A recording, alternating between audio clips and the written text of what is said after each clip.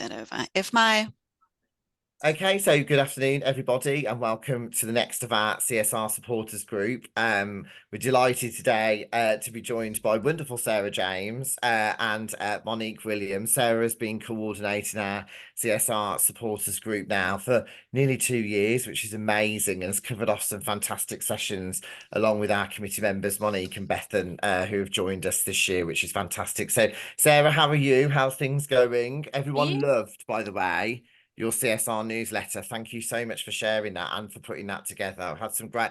I was at an event last night and two people were talking to me about it and they loved it.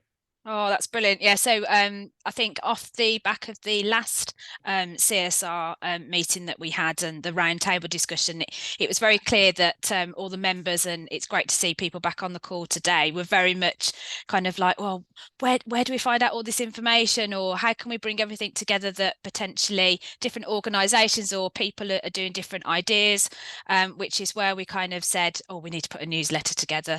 So with the help of Monique and Beth, and we've pulled that together, and it's something that we're going to do each month for the members. And as with everything, it's great to hear kind of some feedback, but anything that you think it's missing or that you would like more information on, or you'd like to give a shout out to some of the events and things that you're doing or organising, then let us know, because we'd love to be able to kind of share those with the members. So yeah, that's great news. It's all good. So I'm really grateful that Monique Williams has actually joined the CSR supporters group and committee this year.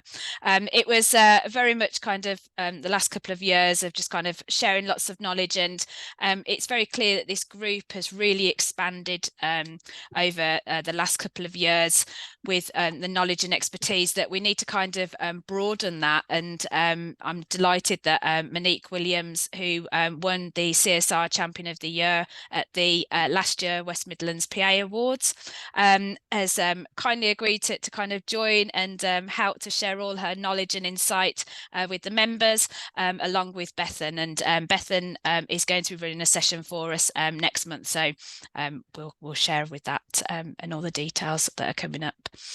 So Monique Williams works for Jumar, and she's very kindly, she's going to cover a session for us today about carbon footprint. So it's I'm really kind of it's great that we can share those knowledge, and I know that Monique has got a presentation that she's going to share with us, and then we can open it up to questions and things as well at the end. So thank you very much. right, hello everybody. Thanks very much for having me. Yeah, Monique, I don't think we can see the right slide. What are you looking at? Right, hold on. That's the one. Okay. You're all looking a bit confused, no wonder. I should have said, I was like, I wonder if it's me, but no, all good. No, that's great. Thank you. I'm glad you mentioned that. Right. I'm just going to apologize in advance. I've got a bit of a cold, so if I have to stop and blow my nose or splutter, that's why. Right. So thanks for joining me today. This is quite a lengthy presentation and it's a lot of information. But as it has been recorded, I won't go through every painful detail because you can have a look at it afterwards. And it's some of it we already know, and it's just logical common sense, and some of it is some really surprising stuff that I had no idea about before I researched it. This presentation is really about just how to reduce our own carbon footprints within our own homes. Obviously, the world is a lot more carbon conscious now, and we have big companies and organizations doing their bits, which I'm very grateful for, but every little bit helps, and we can also do a lot to contribute. Right, so reducing the carbon footprint in our homes.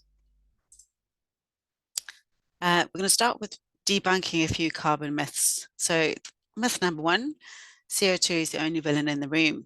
This is entirely untrue. The definition of a greenhouse gas is any gas molecule with the ability to absorb, retain, and ultimately break down heat.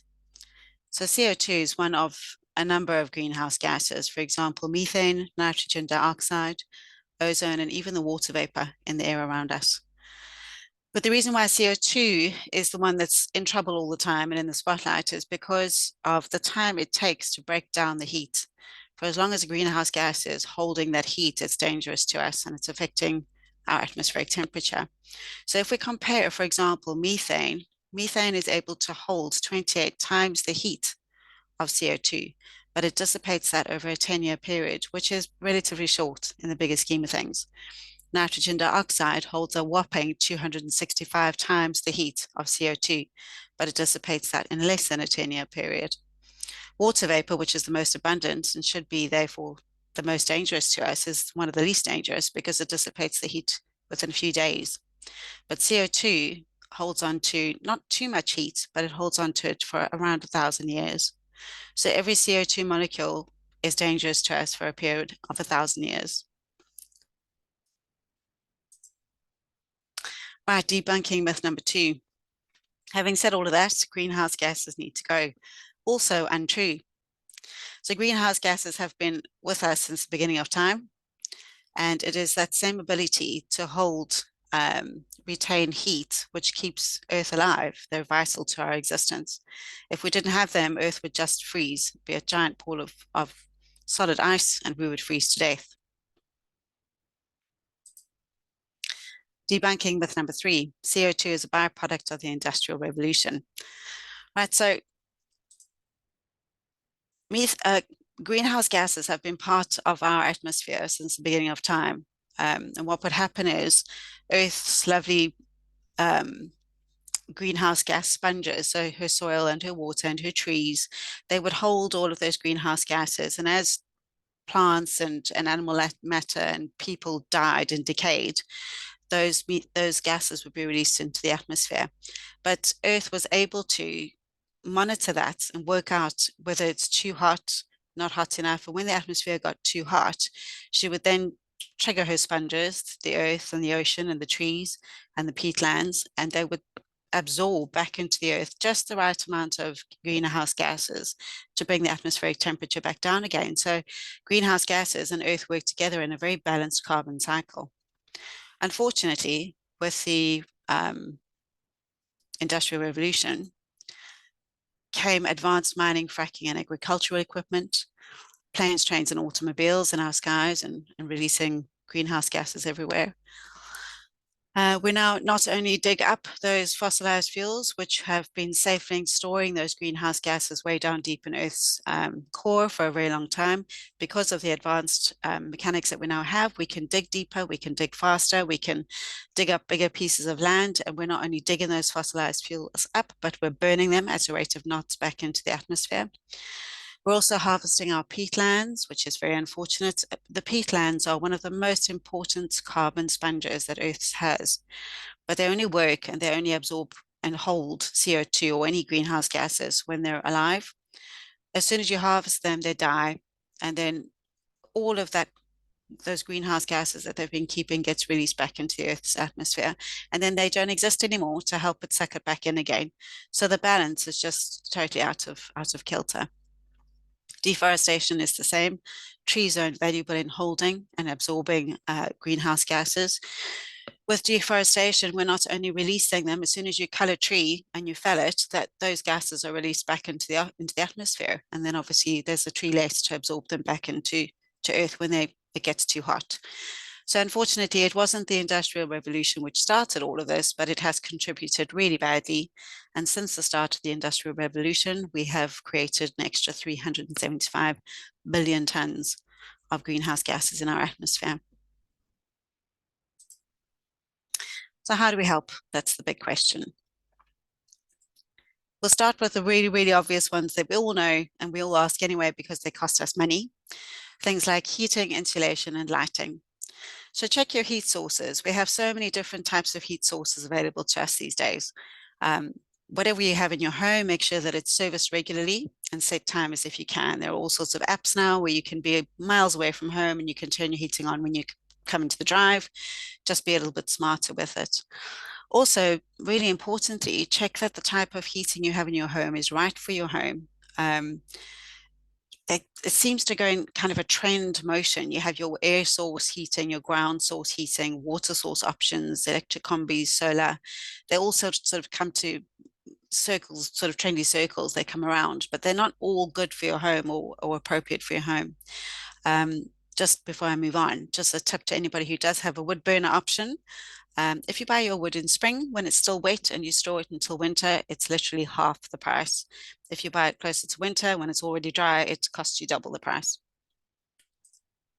So when we're talking about the different types of heat source options, your air source is one of the least expensive to install. What it does is it sucks the air in from around your home, it warms it up, and then it spreads it in your house, which sounds really simple. But it doesn't work as well if you live in a really, really cold climate. So the more north you are in the UK, it's going to be a more expensive option for you in the long term to run.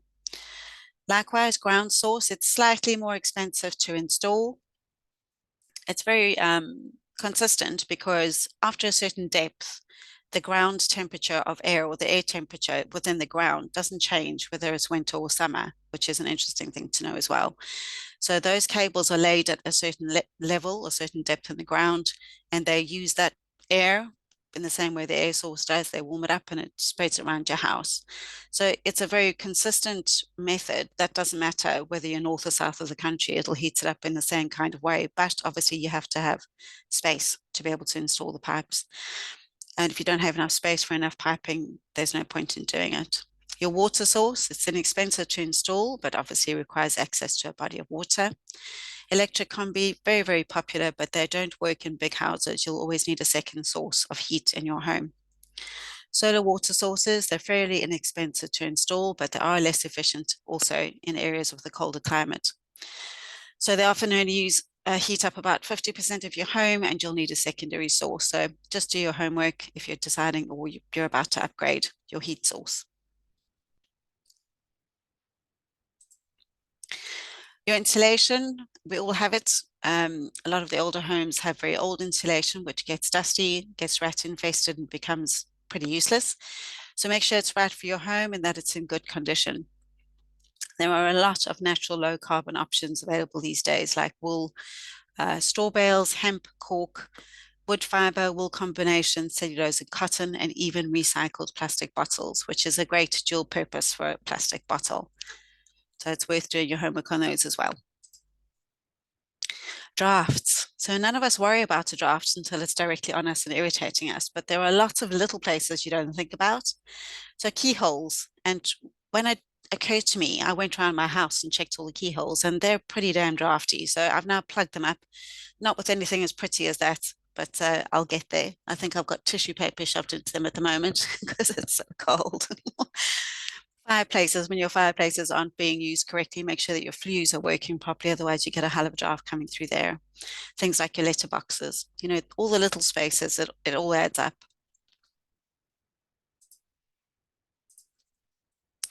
Changing your light bulbs and switching your lights off when you're not in the room. Again, you can set timers, also makes it nice and easy. LED bulbs are always a good idea. So if you do a combination of these three things, you check your heat source, you check your insulation, and you change your bulbs to LEDs, you can reduce the average UK household CO2 footprint by up to 63 kilograms a year, which is a decent chip. We can use less hot water. So the hot water used in an average UK household produces a CO2 footprint of 875 kgs per year. This accounts for the energy used to supply, treat, and heat the water. So to lower your footprint by over 300 kilograms a year, do things like wash your clothes in cooler water, shorten the time in the shower, fill your dishwashers and washing machines to capacity. We all do it already. It's just a sensible thing to do, and it makes a really, really big difference. Most of these figures are based on a family of 5 in the UK, by the way. Use less plastic and know your recycling. So this one, I was a little bit surprised when I read this little fact. So as prolific and damaging as plastic pollution is, the reality is actually that the humble single-use plastic bag has the smallest CO2 footprint of any carrier bag options. So by comparison, a cotton tote bag, which we all rush out to buy thinking we're doing the right thing, depending on its production and transport footprint, needs to be used between 50 and 100 times to be justify the use of a single-use plastic bag. Remember, however, using a single-use plastic bag, while it might be the better CO2 footprint option, it only counts if it's then recycled correctly. So be aware of which plastics can and cannot be recycled, and make sure that your recycling center can recycle them. So for example, bubble wrap can't be recycled. Cling film can't be recycled. They're different types of plastics have got different elements in them. Some are heavy glue based, some of them have got a bit of paint in them, and they jam up the recycling machines, and most recycling centers in the UK can't recycle those kinds of things. Using one less single-use plastic bag per household per week can reduce your home CO2 footprint by up to 82 kilograms a year.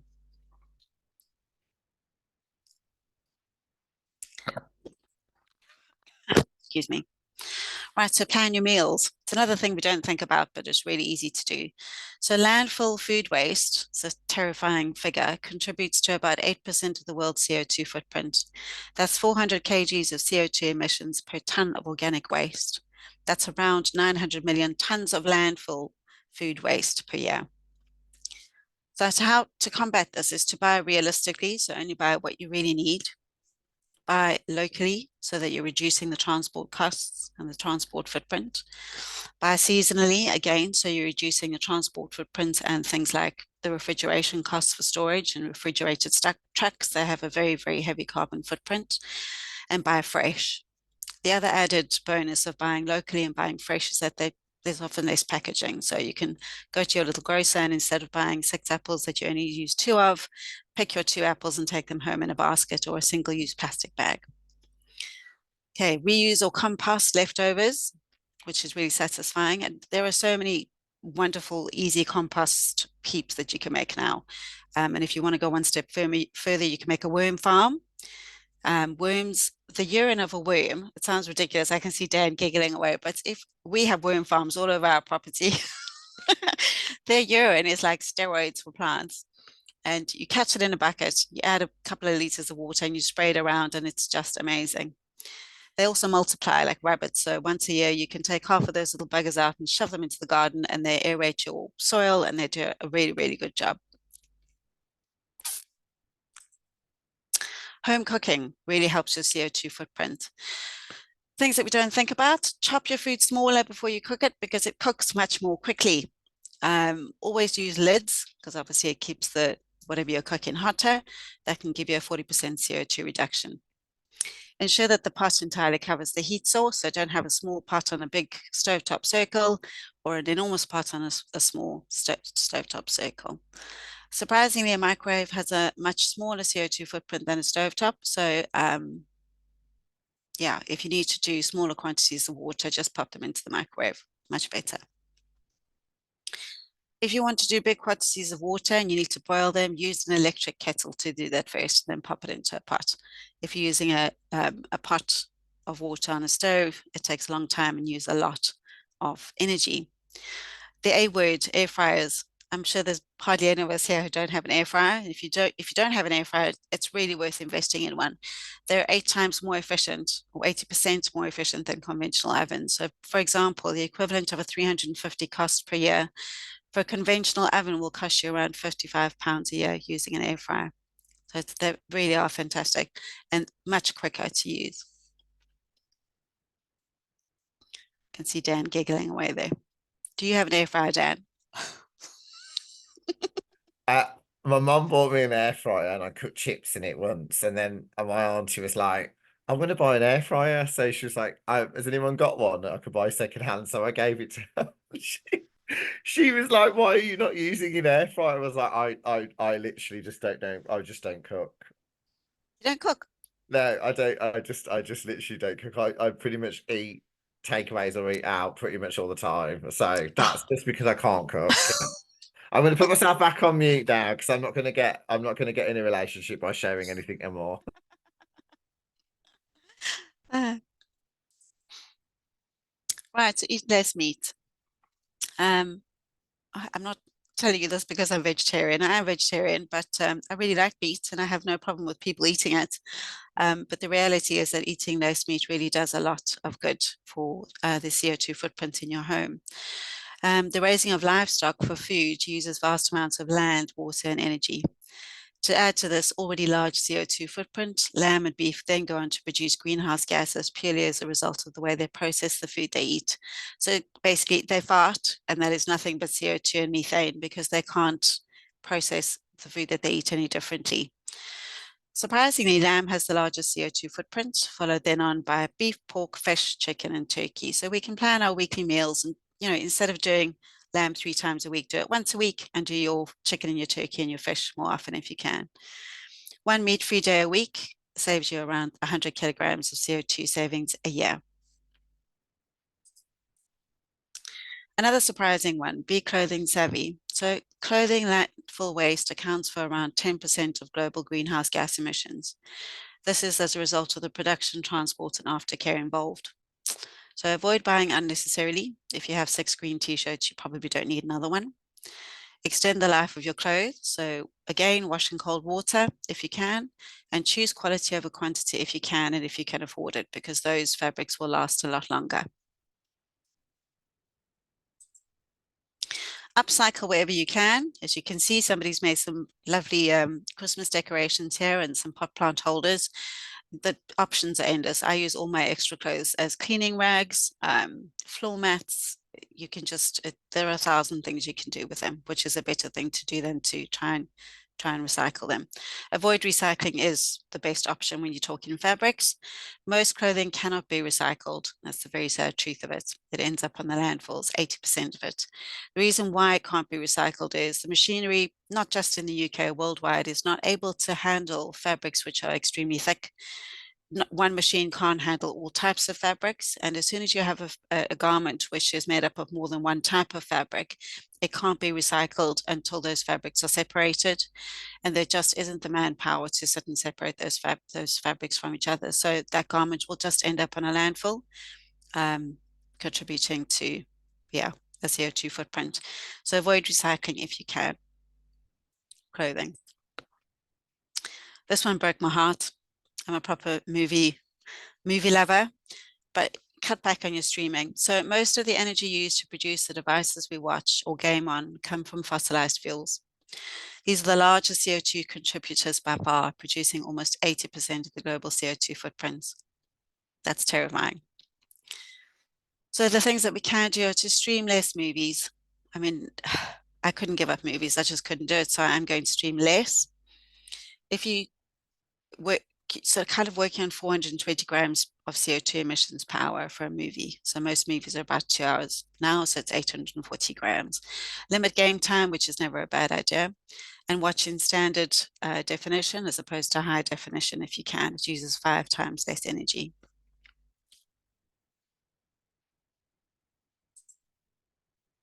Right, another surprising one, email habits. So the CO2 impact, sorry, one second. The CO2 impact of an email results from the infrastructure needed to transmit, process, analyze, and store the messages or data. So an email without an attachment has an average of a 4 gram CO2 footprint. An email with a medium-sized attachment has a 45 to 50 gram CO2 footprint. So in this little interaction here between Bob and Sam, Bob says to Sam, Sam says to Bob, "Dear Bob, please find attached 4 copies of your 15-page presentation." Sam, "Dear Sam, Tar will review." Bob, "Dear Bob, fab, looking forward to feedback." Sam, "Hi Sam, love style A, made a few changes to page 2, copy attached." Bob, "Hi Bob, will do." Sam, so there's lots of thanking, lots of tars, 4 or 5 interactions, and a lot of attachments. And that email interaction ends up with around a 262 gram CO2 footprint. So by just limiting our thank yous and our attachments and using links instead, we can have almost the same interaction between Fred and Bill. So dear Fred, please find links to your 4x15 page presentation, various designs. Feel free to make any changes you feel necessary. Point me in the direction of your chosen design once you're done. Bill, dear Bill, gone with design A. Have reviewed and made a minor change on page 2. See link. Thanks for prepping, Fred. That same interaction using links and limited thank yous and tars has a CO2 footprint of approximately 8 grams. So limit your thank you responses. Unsubscribe from newsletters that you don't need. Use hyperlinks instead of attachments. Copy less people into emails if you can, only bulk send when absolutely necessary, and delete emails regularly. Even just having them sitting on your inbox, that's a CO2 footprint. So delete them if you can. Right, that's the end of our tips, and on to our last myth, debunking myth number 4. And one person, and these are all small changes, what difference will they make? I think that's the biggest challenge we all have. So it's really important to remember that every little bit helps, and we have to start somewhere.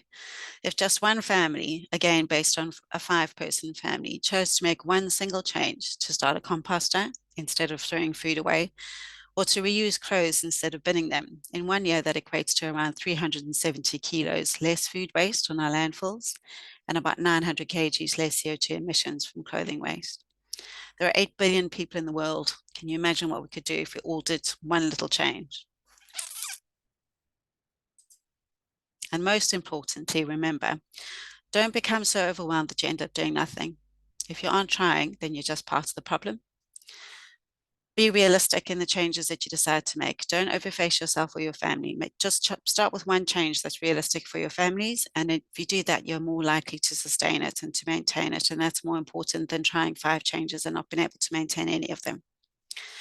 And lastly, teach your children, because they really are the future of this planet.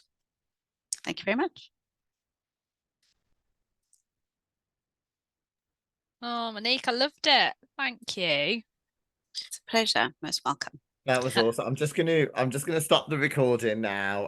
If you were watching this, thank you so much, and a huge thank you to Monique. There are some amazing takeaways in there, and I hope that you can share those with some of the people. I mean, the email exchange alone, it's a PA's dream to be not having to have that many, have that many email exchanges going backwards and forwards, I think, with each other, and with attachments as well, and to make sure that we're not, copying in the whole wide world and keeping our email inboxes as clean as we can. Says he with 2,200 in his inbox right at the moment. Just Control-Alt-Delete, Dan. I know. So thank you so much for watching, and again a huge thank you to Sarah and Monique. So I'm just going to stop the recording now. Bear with me.